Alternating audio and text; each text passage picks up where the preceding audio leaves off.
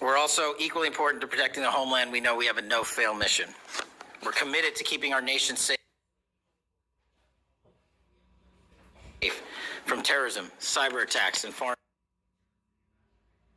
adversaries. Whether stopping threats inspired by foreign terrorist organizations or lone wolf actors or sponsored by hostile nation states. This year, we've already made nearly 60 counterintelligence arrests. 60 counterintelligence arrests this year alone is a 30% increase from the same time period last year for the CIA work at the FBI. I'm proud when we can share our successes, such as when an espionage charge was brought against an active-duty U.S. Navy sailor caught spying for the People's Republic of China. But I want the American people to know the FBI is protecting the homeland from foreign adversaries in a way that will never make the news, and a lot of the good work that they do will never be able to discuss in this setting. We're working on cyber threats. We're attacking malware infrastructure, going after ransomware attackers, delivering a new partnership with the private public sector engagements we've taken with the companies who are attacked by these foreign adversaries and nation-state actors and individual enterprise rings from around the world. We are combating Salt Typhoon, Vault Typhoon, Flax Typhoon, and so many other ransomware and cyber threats this nation faces. We're also arresting people such as Tajik national in Brooklyn, who is suspected of sending tens of thousands of dollars to support ISIS. We're going after the new form of what I refer to as modern-day terrorism in America, 764 crimes that involve harming our children by going after them online, causing self-mutilation, suicide, sexual abuse, and steering them in the wrong direction. Currently, we have 3,500 international terrorism investigations. Specifically, we have in this country 1,700 domestic terrorism investigations, a large chunk of which are nihilistic violent extremism, NVE. Those who engage in violent acts motivated by a deep hatred of society, whatever that justification they seem is.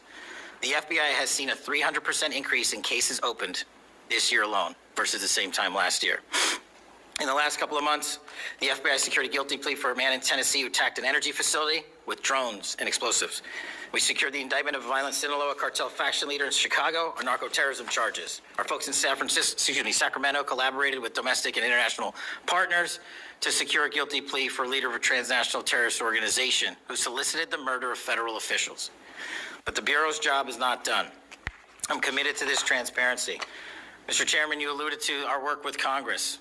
To date, in the 7 months that I've been FBI director, we have produced 33,000 pages to the United States Congress, 33,000 pages.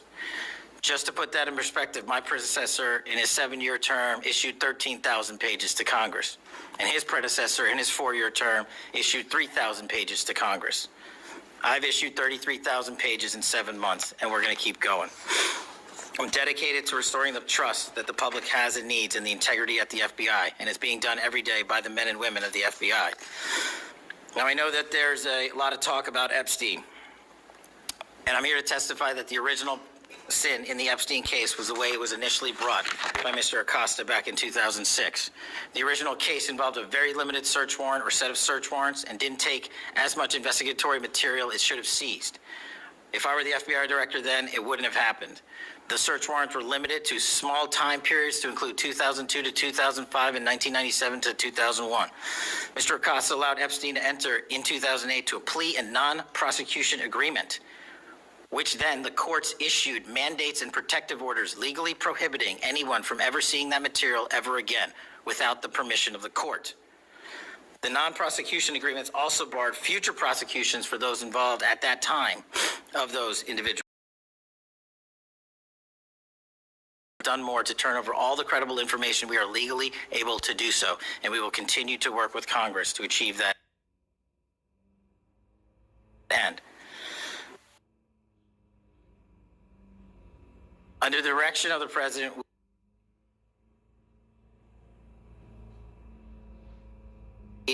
thank you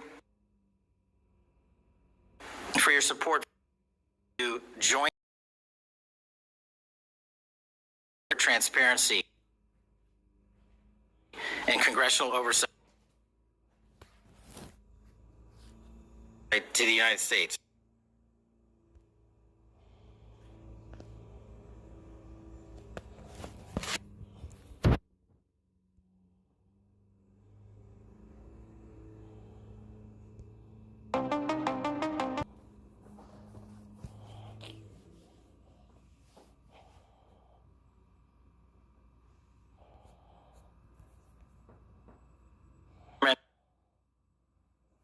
members of the committee and Ranking Member Durbin, I'm honored to be the 9th director for the FBI. I'm not going anywhere. If you want to criticize my 16 years of service, please bring it on. Over to you.